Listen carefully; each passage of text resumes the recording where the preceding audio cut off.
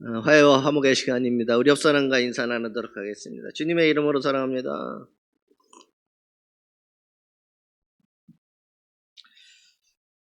우리가 잘 알고 있는 말씀이지만 2020년을 이제 우리가 마무리하는 단계에 있습니다. 우리 옆사람하고 다시 한번 인사했으면 좋겠습니다. 한 해 동안 잘 살아왔어?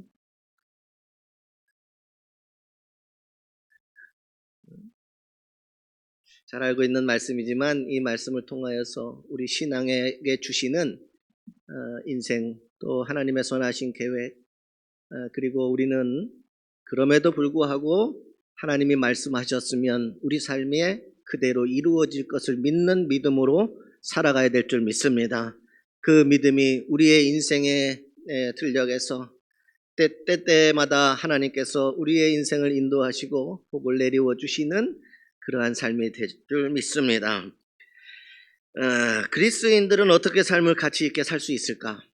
우리가 어떻게 살아야 우리 삶에 정말 참다운 가치가 있느냐 말이에요. 돈을 많이 벌고 잘 먹고 잘 살고 여러 가지들이 있겠죠. 가치, 우리가 판단하는 가치가 있지만 하나님의 말씀은 우리 인생이 어떻게 살아야 진정한 가치 있는 인생을 살았는지에 대해서 우리에게 성경의 말씀을 통하여 늘 깨닫게 하시고 그렇게 살게 하여 주시는 것입니다. 여러분, 한번 생각해 보세요. 내가 2022년 정말 가치 있게 살았나? 내 삶이 정말 가치가 있었나? 아니, 지금 여전히 우리가 정말 하나님의 말씀 앞에 가치 있는 그런 인생을 살아가고 있는 것인가? 우리는 과연 올 한 해에 무엇을 심었고 여러분 무엇을 거두어 드렸습니까? 그 거두어 드린 것이 여러분의 인생인데, 여러분의 삶인데 과연 여러분이 거두어 드린 그 모든 것들이 하나님의 말씀 앞에 우리 인생에 참다운 가치가 있는 것을 거두어 드렸느냐? 내가 정말 삶을 살면서 가치 있는 것을 심었느냐? 내가 심은 그대로를 하나님께서 거두어 드리게 하셨느냐? 오늘 말씀을 통하여 우리의 삶을 다시 한번 돌아보고 고민하는 은혜의 시간이 되기를 주님의 이름으로 소망합니다. 그리스도인은 어떻게 삶을 가치 있게 살 수 있을까? 비록 신자가 구원을 잃어버리지 않는다고 해도 여러분이 인생을 살면서 신자로서 살면서 구원을 잃어버리지 않는다고 해서 않는다고 하더라도 그가 영원한 것을 소중하게 생각하지 않는다면 구원은 잃어버리지 않았습니다. 여러분 인생 가운데. 그렇다 하더라도 그가 살아감의 삶의 시간 동안 영원한 것을 소중히 생각하지 않는다면 인생을 낭비하게 될 것입니다. 여러분 우리가 세상 살면서요, 성도로 살면서요, 구원은 잃어버리지 않는다 하다 할지라도 우리가 살아가는 모든 삶의 날 동안 영원한 것을 여러분이 소중하게 생각하지 못하고 살면 그 영원한 것이 내 삶 속에 존재하지 않는다면 우리는 결국 우리의 인생을 낭비하게 될 것이라고 하는 사실입니다. 영혼을 소중하게 생각하지 못하는 그 신앙은 결국 육신의 소욕을 따라 살아갈 수밖에 없는 것입니다. 영혼보다는 육체의 것을 결국 성경에 보면 육체로부터 썩어질 것을 거두게 된다라고 성경에서는 말씀하고 있다라는 거예요. 영혼을 소중하게 생각하지 못하는 사람은 그가 삶에 있어서 살아가는 모든 것들의 소중한 것이 이 세상이 되고 육체가 되어져서 결국 썩어질 것을 거두게 될 수밖에 없다라는 거예요. 그런데 여러분 한번 고민해 보시길 부탁드립니다. 썩은 것은 오늘 말씀에서 말씀하시는 그 성경 말씀대로라고 하면 썩어질 것을 아무리 많이 가지고 있어도요, 결단코 그 썩은 것은 많이 있다고 중요한 것이 아니라 그 썩은 것을 소유 아무리 많이 가지고 있어도 결단코 그것은 복이 될 수 없다라고 하는 것입니다. 세상에서는 많은 것을 가질 수 있었지만 썩어질 것이에요. 없어질 것이에요. 우리에게 있어질 것은 그 썩어져서 없어질 것들이 아니라는 거예요. 돌아보면 그것을 아무리 많이 가지고 있어도 결단코 그것은요, 복된 인생, 가치 있는 인생이 아니라는 겁니다. 그래서 어리석은 자의 모든 계획은 죽음으로 끝이 난다라고 하는 말은 옳은 말입니다. 어리석은 자의 모든 계획, 그가 이 땅 가운데 삶을 통하여서 살아가기 위하여서 세워진 이 세상 속에서 세워진 모든 계획은요, 어리석은 자의 계획은 결국엔 뭐냐? 죽음으로 끝난다는 거예요. 이 말은 옳은 말일 것입니다. 이와 같이 인생을 낭비하는 비극을 피하기 위하여서 성경은 모든 그리스도인들에게 다음과 같이 권면을 합니다. 디모데후서 2장 15절, 우리에게 주는 권면의 말씀은 참 많이 있지만 저는 오늘 말씀에 비추어서 이 말씀을 여러분들에게 권면의 말씀으로 드리고 싶었어요. 디모데후서 2장 15절입니다.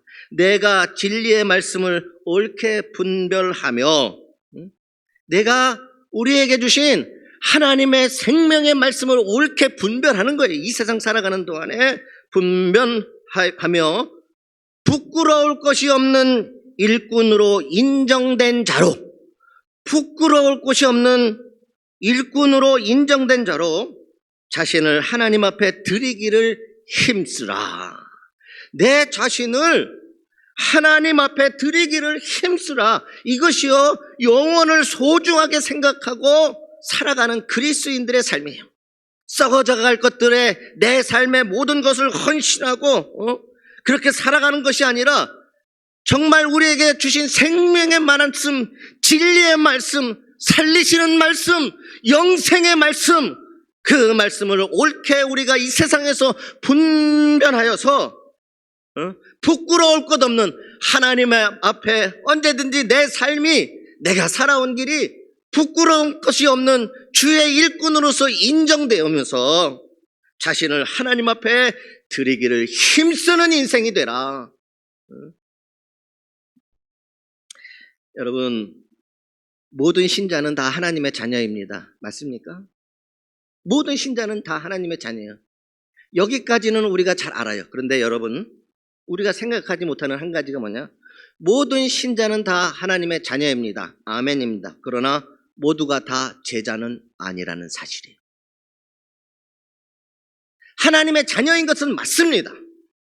근데 모두가 자녀는요, 우리가 예수 그리스도를 믿으면 우리가 상속권자가 돼서 하나님의 자녀가 되는 거예요.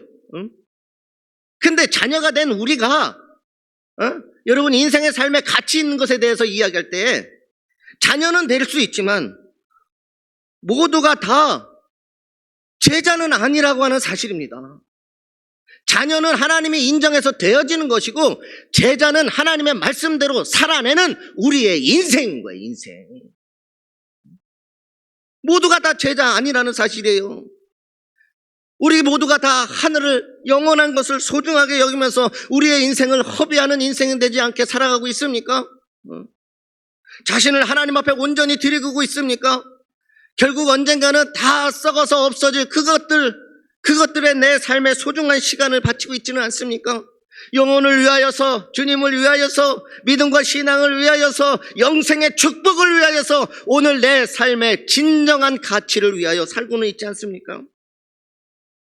여러분, 제자라고 하는 이 말씀은요, 마태복음 10장 16절에서 42절과 누가복음 14장 25절 35절에 설명되어져 있는 말씀입니다.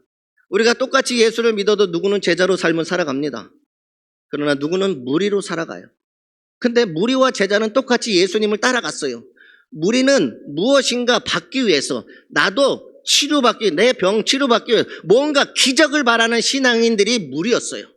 그래서 이 세상에 필요한 것들만 다 채우려고 했던 거예요. 나도 기적의 주인공이 되고 싶었어요. 나도 이 세상에서 멋지게 한번 드러내보고 싶었어요. 그런데 무리는 그래서 예수님을 만났어요. 예수님을 그래서 쫓아갔어요.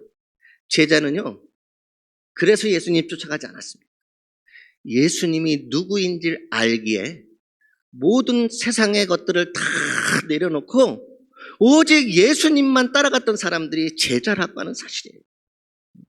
무리는 세상의 것을 요구했지만 제자들은요, 세상의 것을 내려놨다는 겁니다.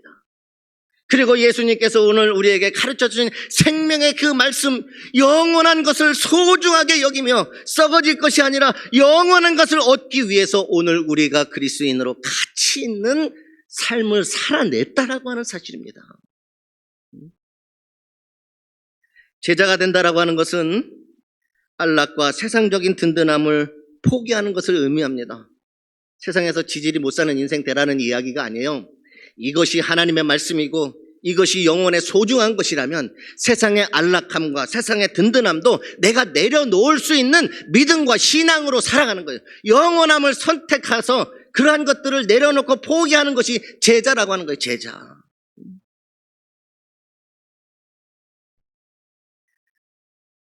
결국 제자는 자기를 부인하는 삶을 삽니다. 나는 죽고 예수로 살아가는 인생이 되는 거예요. 이 말은 세상의 적이 되며 조롱을 받는 것을 의미합니다. 세상의 적이 된다는 것은 다른 게 아니에요, 여러분. 이 세상에서 우리가 사람들끼리 적을 만들고 산다는 그 얘기가 아니라 세상의 적이 된다는 것은 마귀와 적이 된다는 거예요. 사탄과 적이 되는 거예요. 그래서 사탄이 끊임없이 우리를 적으로 간주하고 조롱하고 비판하고 우리를 이 세상에서 넘어지게 한다는 거예요. 마귀의 시험을 받을 수밖에 없는 것이죠. 예수 그리스도를 따르기 위해서 세상의 헛된 모든 것을 포기하는 것을 의미하는 것이 제자입니다. 세상에 의미 있고 가치 있는 것을 포기하는 것이 아니라 세상에 결국 헛된 것, 여러분 솔로몬이 이야기했잖아요. 헛되고 모든 것을 다 가지고 모든 것을 다 누려보고 모든 것을 다 해봤는데 마지막 그날이 가까이 오니 이 모든 것이 썩어질 것이 되어지고 아무것도 아닌 거예요. 언젠가 그럴 날이 옵니다. 먹어도 맛이 없을 날이 올 거고. 세상에서 드러나고 싶지만 이제는 드러낼 기운도 없는 날이 와요. 그 쌓아놓은 것 아니에요. 마지막 때가 되면 쌓아놓은 것 아무런 것도 가치도 없어요. 하나님 앞에 서로가 나갈 때는 그것 가지고 가지 않기 때문에 그렇지 않다라는 거예요. 썩어질 것을 버리고 성령으로 영생을 거두는 삶을 이 땅에서 사는 자들, 그들이 제자입니다. 우리는 다 언젠가 주님 앞에 설 것입니다. 그때 여러분은 무엇을 위하여 살아왔을까요? 묻고 싶습니다. 그때 이 세상의 것이 아무것도 아닌 그때에 여러분, 그렇다고 해서 우리 그리스도인들이 세상에서 아무렇게나 사는 게 아닙니다. 오히려 하나님의 영원한 것을 소중하게 여기고 살면 이 땅에서도요, 우리에게 썩어질 것들을 가지고 그것을 보람되고 알차고 귀하고 존귀한 것으로 사용할 수 있는 하늘의 능력도 주시고 그것들을 가지고 썩어져가지 않을 것들을 만들어가면서 살아가는 그리스도인으로 살게 하여 주실 줄 믿습니다. 여러분은 무엇을 위하여 살아왔을까요? 저는 알 수 없습니다. 여러분의 인생이니까. 갈라디아서는 사도 바울이 갈라디아 지역에 있는 여러 교회에 편지한 것이 갈라디아서입니다. 갈라디아 교회에는 거짓 선지자들이 많이 와서 그렇게 이야기합니다. 모세의 율법 잘 지키면 구원받아. 할례 받아야 돼. 할례 받지 않으면 구원 못 받아. 이렇게 가르쳤어요. 거짓 선지자들이. 그래서 어떠한 내가 진정성이 아닌 어떤 행위로만 보여지는 모습으로만 네가 그러면 다 구원받을 수 있어. 너 할례만 받으면 구원받을 수 있어. 너 하나님의 자녀가 된 증표야 이게. 그렇게 가르쳤다라는 거예요. 이 얘기는 이런 겁니다. 네가 어떻게 살든지 간에 네 안에 무엇이 있든지 간에 네가 할례 받으면 너는 하나님의 자녀 되는 거야. 구원받아. 너 율법 요거 잘 지켜. 그러면 되는 거야. 그때 바울이 갈라디아 교회에 보낸 서신이 바로 오늘 말씀인 거예요. 이 서신을 갈라디아 서신을 통하여서 바울은 이렇게 고백합니다. 그런 것들이 아니라 오직 예수 그리스도를 믿는 믿음으로만 구원을 받을 수 있습니다. 여러분 믿음으로 사시기를 부탁드립니다. 오직 그러한 행위가 아니라 예수 그리스도 십자가에 나를 위해 달려 죽으신 그 예수 그리스도를 온전한 믿음으로 믿는 그것이 여러분을 구원합니다. 그리고 믿는 그 믿음의 사람들은 성령을 통하여 살아야 한다라고 하는 것을 가르쳐주고 있어요. 여러분 믿는 것으로 끝나는 것이 아니라 성령 받아서 성령의 열매가 여러분들의 삶의 날 동안 여러분들의 인생의 열매가 되어져야 되는 것입니다. 이 세상의 것들만이 아니라 하나님께서 성령을 부어주셔서 우리의 인생을 인도하실 때에 성령의 열매들로 성령으로 살아가야 하는 것이라 가르쳐주고 있어요. 결국 오늘 말씀은 그 말씀 오직 예수 그리스도를 믿는 믿음으로 구원을 받고 이 구원받은 자들은 성령으로 살아야 된다. 반드시 성령의 인도하심과 성령의 이끄심을 통하여 세상을 살아가야 된다는 거예요. 오늘 말씀은 그 말씀의 주제의 마지막 경고의 말씀이에요. 경고의 말씀. 우리가 이 말씀을 읽을 때에 맞는 말이야. 심은 대로 거두는 거. 당연히 우리나라에 그것도 있잖아요. 심는 대로 거두는 거 당연한 거예요. 그 말 정도 하고자 지금 서신을 보낸 게 아니에요. 그것을 잃어버리고 그대로 살아가지 못하는 그리스도인들에게 주는 마지막 경고의 메시지가 오늘 메시지예요. 이건 경고예요, 경고. 그렇게 살면 그 말씀 그대로 이 땅 가운데 살아갈 것이고 그렇게 살지 않으면 결국 썩어질 것을 위하여 살아갈 것이 될 것이다. 그리고 썩어질 것을 위해서 그것을 거둔 자는 그 모든 것, 아무리 많은 것을 거두어줘서 그것은 결단코 축복이 될 수 없다. 사랑하는 성도들이요, 썩어질 것이 아니라 진짜 진리이고 영원하고 소중한 것을 위하여 살아라. 그러기 위해서는 당신들이 세상의 육신의 소욕이 아니라 성령을 따라 살아가라 경고하고 있는 겁니다. 우리가 잘 알고 있는 법칙이라고 하는 단어가 있죠. 세상에는 다 법칙이 있어요. 무슨 법칙, 무슨 법칙. 이 법칙은요, 국어 사전적 의미는 모든 현상의 원인과 결과라고 이렇게 나와 있습니다.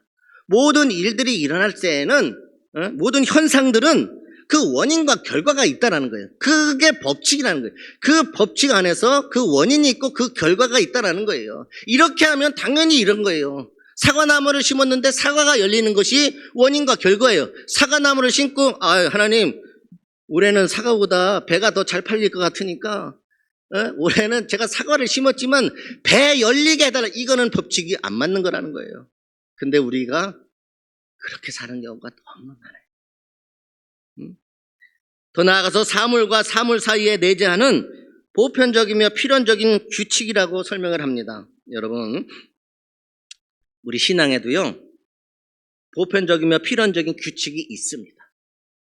여러분이 삶을 살아가는 인생의 동안 신앙에도 신앙만이 가지고 있는 법칙이 있다는 거예요. 신앙의 법칙이. 보편적이고 필연적인 지켜내야 될 우리의 규칙들이 있다라고 하는 거예요. 그리고 그 원인에 따라서 분명한 결과가 신앙에도 있게 된다는 거예요. 그 결과가. 신앙에도 분명한 법칙이 있는 것입니다. 우선 신앙에는요, 그대로의 법칙이 있다라고 오늘 말씀을 하고 있어요. 그대로 우리가 산 대로, 우리가 행한 대로, 우리가 말한 대로, 우리가 심은 대로 예수 그리스도를 믿는 믿음 안에서 성령으로 살아온 사람들에게 이루어지는 신앙의 법칙 첫 번째, 그대로.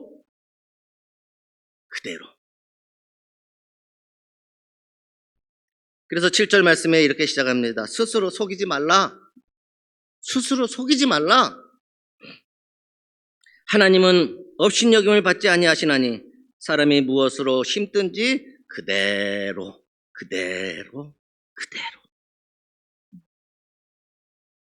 믿음 안에서 살면서 그대로가 여러분의 인생입니다. 그대로가. 무엇으로 심든지 그대로 거둔다라고 하는 것 또한 신앙의 법칙이라는 거예요.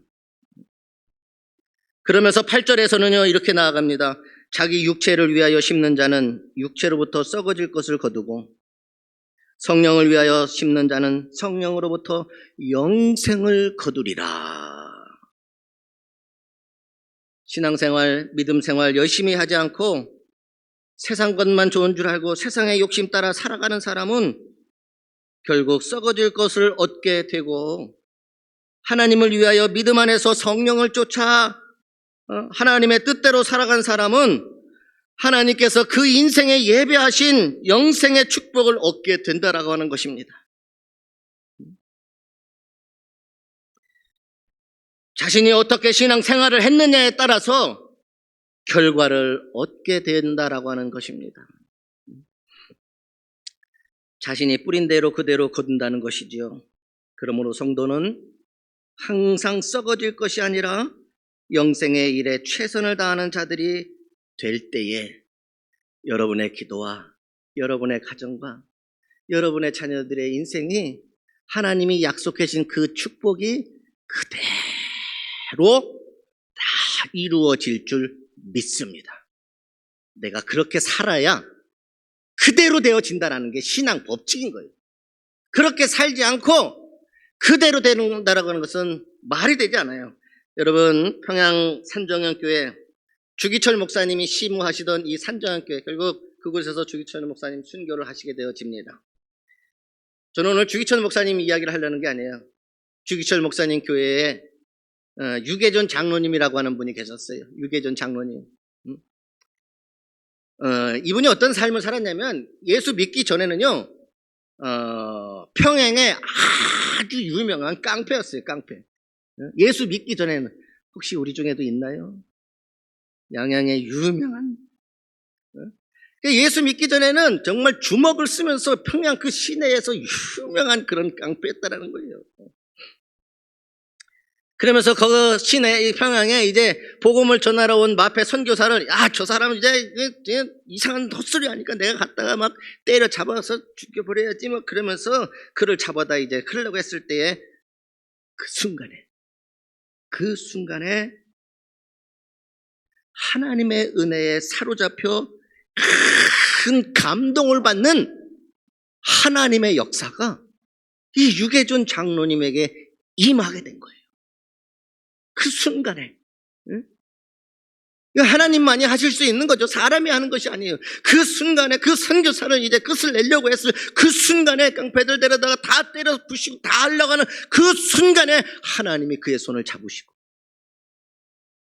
하나님의 은혜로 그를 사로잡아서 마음에 이상하게 감동을 주신 거예요. 가마를 주시고, 그리고 그는 그 가마를 받고 이제 그 모든 깡패 생활을 다 청산하고 25살의 나이에 윤덕준이라고 하는 분과 결혼하여서 결국 8남매를 낳게 됩니다. 6남 2녀를 두었는데, 이분이 이제 믿음 안에서 살아가면서 첫 번째 아들을 낳았을 때 등남 기념으로 미림지 교회를 건축하게 되어집니다. 미림지 교회. 내가 주님을 위하여서 이 땅 가운데 자녀를 주셨으니 하나님 나도 주님을 위하여서 하면서 첫째 아들을 낳았을 때에 미림지 교회를 건축을 하게 되어집니다. 65세 때에는 드디어 평양 산정현 교회의 장로님이 되십니다. 산정현 교회 장로님이 되세요. 주기철 목사님이 옥중에서 고난 가운데 있을 때에 쌀 한 가마니를 주어 그들의 주기철 목사님의 가족을 돌보아 주셨던 분도 이 유계준 장로님이셨다는 거예요. 여러분, 쌀 한 가마니가 지금은 뭐 별거 아니지만요, 그 당시에 쌀 한 가마니는요 엄청난 거예요. 엄청난 거. 그래서 옥중에서 믿음과 신앙으로 살면서 그것을 지키기 위해서 옥중에서 고난받을 이제 주기철 목사님이 고난받을 때에 이 장로님은 그 고난받는 종의 이 가족들을 지켜내기 위해서 쌀 한 가마니를 그를 통하여서 주어서 가족을 돌보고 그 가족들이 살아갈 수 있도록 해주신 분도 이 유계전 장로님이라는 거예요. 그는 6.25 전쟁이 발발하기 몇 달 전 부인과 자녀들을 남쪽으로 내려보낸 후에 홀로 남아 교회를 지키기 위해서 남아 있었습니다. 자녀들과 아내와 자녀들은 다 내려보냈어요.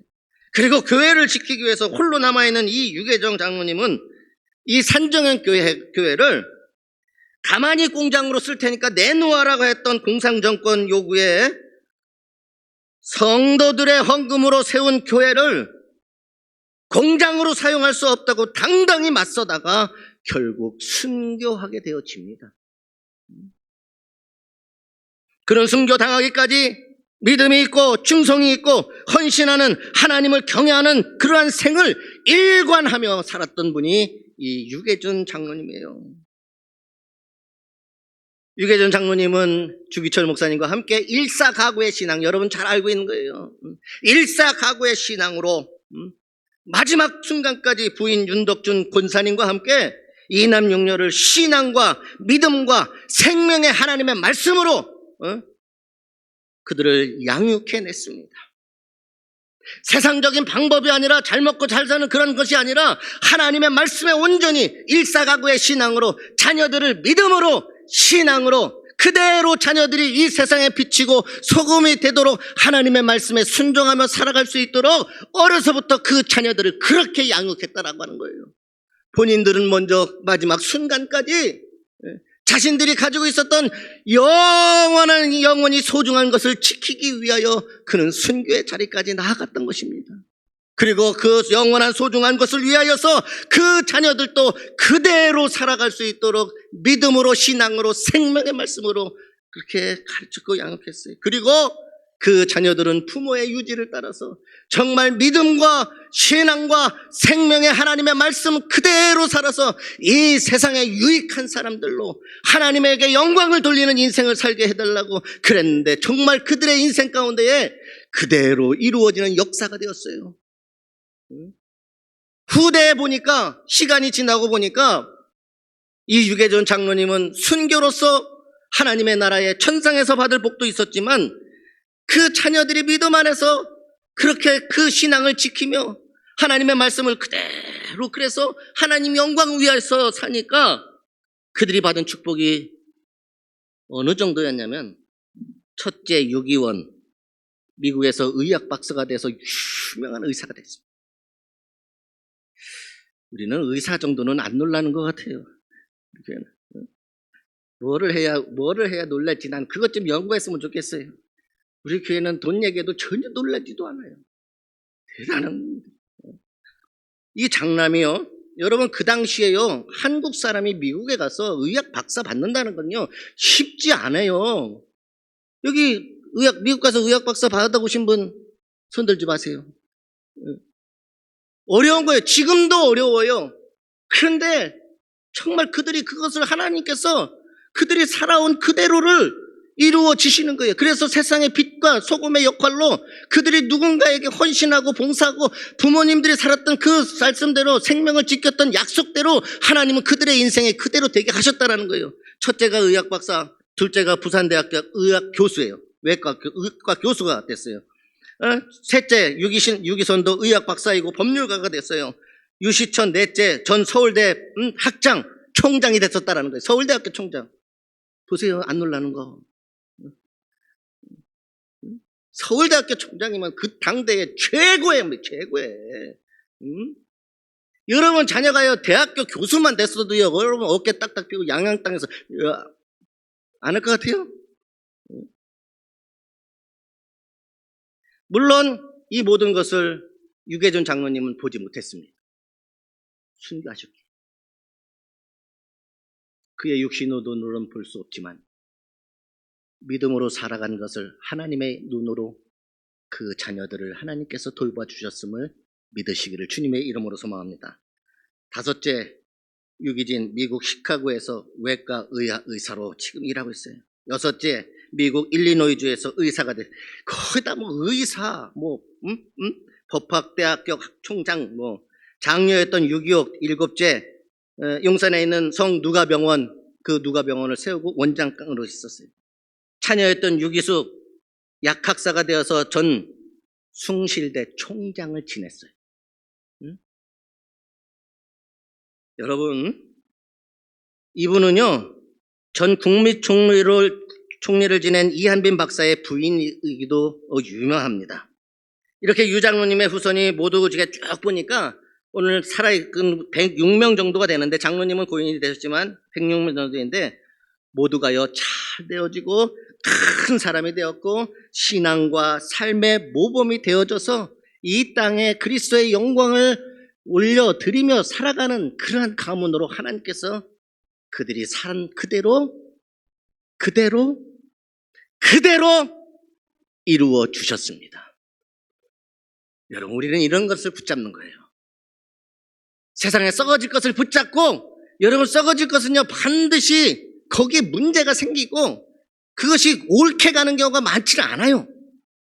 편법을 써야 되고 그것이 되기 위해서 짓밟아야 되고 수없이 많은 일들이 일어나지만, 믿음으로 살고요 하나님의 신앙으로 사는 사람들에는 그렇게 하지 않아도 이와 같이 그보다 더 훌륭하고 더 존귀한 존재로 하나님이 그대로 이루어 주실 줄 믿습니다. 적어도 우리 인생을 영원한 것을 소중하게 여기면서 살아가는 그러한 인생 가운데 신앙 법칙의 첫 번째는 그대로 된다는 거예요. 그대로 되는 게 뭐예요? 그렇게 살았기 때문이라는 거예요. 여러분, 썩어질 것이 아니라 하나님의 것을 붙잡고 영원한 것을 소중하게 여기며 이곳에서 이 땅 살아가는 동안에 내가 하나님의 말씀으로 신앙과 믿음을 지키고 하나님의 말씀대로, 때로는 육신의 소욕을 다 내려놓고 생명의 하나님의 말씀대로 살았기에 신앙의 법칙인 그대로의 삶이 그들에게는 이루어졌습니다. 여러분, 2022년 가기 전에 그대로가 여러분의 신앙이 되기를 주님의 이름으로 소망합니다. 두 번째 신앙에는요, 때의 법칙의 신앙이 있어요. 때. 하나님의 때가 있습니다. 사람의 때도 분명하게 있습니다. 근데 여기에서 이야기하는 때는 하나님이 계획하신 때란 거예요. 역사상 가장 지혜로운 사람이라 불리던 솔로몬이 말년에 쓴 전도서를 보면 그가 하나님의 때를 말하고 있는데, 전도서 3장 1절과 2절 말씀에 범사에 기한이 있고 천하가 다 때가 있나니 날 때가 있고 죽을 때가 있으며 심을 때가 있고 심은 것을 뽑을 때가 있다, 이렇게 말씀하고 있습니다. 오늘 본문 말씀에서도 9절에 보면 우리가 선을 행하되 낙심하지 말지니 포기하지 아니하면 때가 이름에 거두리라. 때가 이름에 거두리라. 그러니까 우리가 선을 행하다 낙심하지. 그러니까 여러분, 지금 여러분들의 자녀들을 위하여서 여러분 기도하는 것들이 지금 당장 이루어지지 않았다고 해서 낙심하지 말라라는 거예요. 우리는 끝까지 자녀들을 위해서 기도하는 게 선을 행하며 살아가는 거예요. 자녀들의 믿음을 위하여서, 자녀들의 인생을 위하여서 하나님의 말씀 가운데 그들을 양육하고 지키며 살아가는 것이, 우리가 그렇게 살아가기만 하면 된다라는 거예요. 낙심하지 말고 포기하지 말라는 거예요. 지금 안 됐다고 실망하고 그럴 이유 없다라는 거예요. 여러분이 끝까지 믿음을 지키고 영원한 것을 소중하게 살면 때가 이르며 거두리라. 유계준 장로님께서는요, 육신의 눈으로는 보지 못했다고 했잖아요. 그것이 어떻게 거두어졌는지를 보지 못했지만 그들의 자녀는 거두어드렸단 말이에요.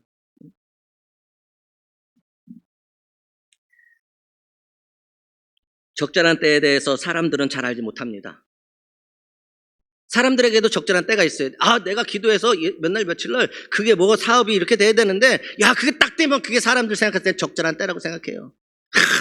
내가 원하는 그때에, 원하는 그 순간에 딱 뭔가 하나님 앞에 받으면 이것이 나에게 적절한 때인 거예요. 그것이 늦어지면 이거 아닌데, 그것이 그때 되지 않으면 이거 아닌데 라고 하는 것이 사람의 때가 된다라고 하는 것입니다. 근데 그 때는 우리가 잘 알지 못합니다. 그렇지만 하나님은 성도의 삶의 때를 잘 알고 아시고 가장 좋은 때에 하나님의 은혜와 축복을 허락해 주시는 것을 우리는 믿어야 될 줄 믿습니다. 사람의 때가 아니라 하나님의 때. 그 때에는 내가 생각하지 못했던 것까지도 하나님은 계획하셨고 그것을 거두게 하여 주시는 하나님이시라고 하는 사실이에요.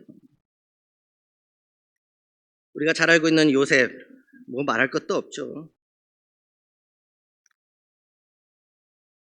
우리는 요셉은 잘 알고 있지만 아마 요셉같이 살라 그러면 정말 요셉같이 살 수 있을까, 그런 고민을 해봅니다. 저도. 내가 정말 요셉과 같이 살 수 있을까? 쉽지 않습니다. 요셉은요, 포디발의 아내의 유혹을 통하여 누명을 씁니다. 왕의 죄수들 감옥에 결국 갇히게 되어집니다. 어떻게 보면 인생에서 이렇게 이야기할 수도 있을 거예요. 요셉의 입장에서. 하나님, 내가 믿음을 지키고 신앙을 지키고 그래서 하나님의 말씀을 지키기 위해서 내가 이 세상의 모든 유혹을 물리쳤는데 왜 내가 감옥에 가야 됩니까? 이렇게 변명할 수도 있어요. 이건 하나님 아닌 거 같습니까? 아니지 않습니까? 이렇게 이야기할 수 있어요. 우리 인간의 때가 그런 거예요. 내가 이렇게 해서 했는데 내가 이렇게 살지 않았습니까? 하나님. 우리가 그런 때가 참 많아요. 하나님, 내가 이렇게 살았습니다. 그래서 그 유혹 이기기 위해서 이렇게까지 했는데 내가 이렇게 감옥에 가야 됩니까? 이걸 생각할 수 있죠. 이게 감옥 문제만 아니에요. 유혹 문제만 아니에요. 사업인도 인생에도 무엇이든지 다 그런다는 거예요. 결국 그는 그 감옥에 가게 되고 그곳에서 왕의 술 맡은 관원과 떡 맡은 관원장을 만나고 그들의 꿈을 해석해 줍니다. 그의 꿈의 해석대로 술 맡은 관원장은 누명을 벗고 풀려나고 복직되어지게 되어집니다. 결국 왕의 측근의 자리로 다시 왕을 아련하는 그 자리로, 가장 가까이 있는 자의 자리로 돌아가게 된다는 거예요. 그때 요셉은 출소하는 술 맡은 관원장에게 왕에게 간청해 자신의 억울함을 해결해달라고 호소를 합니다. 이야, 얼마나 기막힌 타이밍입니까? 자신이 꿈을 해석해줘서 그 사람이 살아났다는 얘기예요. 복직이 됐다는 거예요. 그러니 당신이 이제 그냥 어디 딴 데로 가는 게 아니라 왕에게 나아간단 말이에요. 왕에게. 그러니 요셉에게는 가장 중요한 때인 거예요. 그래서 내 억울함을 풀어달라고 호소를 하게 되어집니다. 야, 요셉은 바로 이 순간이 자신이 감옥에서 벗어날 수 있는 가장 좋은 때라고 생각했을 것이라는 거예요. 야, 드디어 기회가 왔구나. 내 인생이 풀어지는구나. 내 억울한 것이 다 풀 수 있겠구나. 지금 드디어 이 때가 왔구나. 이렇게 생각했을 거예요. 술 맡은 관원장이요, 나가면서 맹세까지 합니다. 반드시 내가 그렇게 할 것이다라고. 하지만 그는 나가자마자 요셉의 일을 2년 동안 까마득하게 잊어버립니다. 까마득하게 잊어버립니다. 이게 인간의 때라고 하는 것입니다. 이것이 인간이라고 하는 것이죠.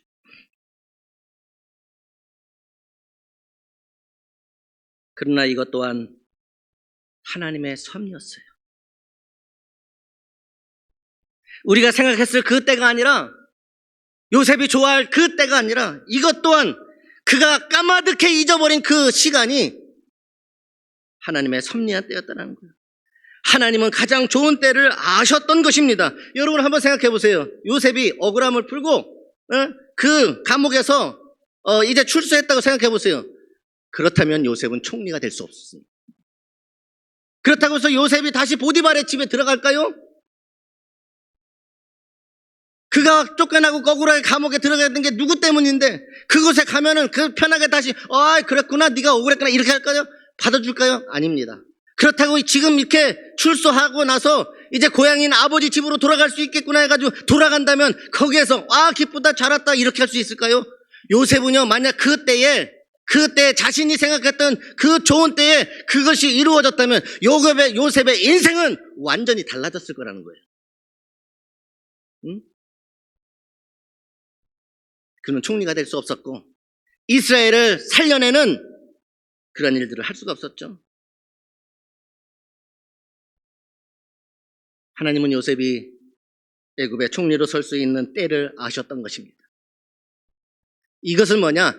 내가 좋아하는 내 때에 이루어지는 것보다 하나님의 때에 이루어지면, 요셉이 내 때에 이루어졌을 땐 그의 인생이 어떻게 될지 알 수 없었지만 하나님의 때에 그것이 이루어지고 난 이후에 요셉은요, 그 전에 인생보다 더 위대하고 크고 훌륭하고 멋진 인생을 살게 하셨다는 거예요. 그래서 엄청난 사람이 되도록 하나님은 하나님의 때를 아름답게 만들어 주셨습니다. 그래서 그때까지 기다렸다가 요셉을 감옥에서 나오게 하신 것입니다. 하나님께서는 반드시 사랑하는 성도에게 가장 좋을 때에 가장 좋은 것으로 채워주시기를 원하는 하나님이십니다. 이것을 믿을 수 있기를 소망합니다. 내 하나님은 내가 영원한 것을 소중히 여기고 이 땅에 썩어질 것이 아니라 말씀과 믿음과 신앙으로 살아갈 때에 내가 하나님 앞에 그대로 하나님의 약속이 그대로 우리의 기도가 그대로 이루어지게 하실 뿐만 아니라 내가 바라고 원하는 때를 뛰어넘어 더 크고 위대하신 선하신 하나님의 계획으로 우리의 인생을 참 가치 있는 인생으로 이 세상 가운데에 우리를 세워주시고 높여주실 줄 믿습니다. 그러므로 여러분, 무슨 일에든지 낙심에 포기하지 말고 인내하여 축복을 누리시기를 주님의 이름으로 소망합니다. 히브리서 4장 14절에서 16절에 이런 말씀을 하십니다. 그러므로 우리에게 큰 제사장이 있으니 승천하신 자 곧 하나님의 아들 예수시라. 우리에게 예수가 있다. 나에게 예수가 있다. 우리 가정에 예수가 있다. 내 삶의 모든 자리에 예수가 있다. 히브리서는 믿음의 장입니다. 그렇게 지금 고백을 하고 있어요. 우리가 믿는 도리를 굳게 잡을지어다. 우리와 함께 예수가 계시니 우리가 믿는 도리를 굳게 잡을지어다. 우리에게 있는 대제사장은 우리의 연약함을 채우려지 아니하는 자가 아니요 모든 일에 우리와 한결같이 시험을 받은 자로되 죄는 없으시니라.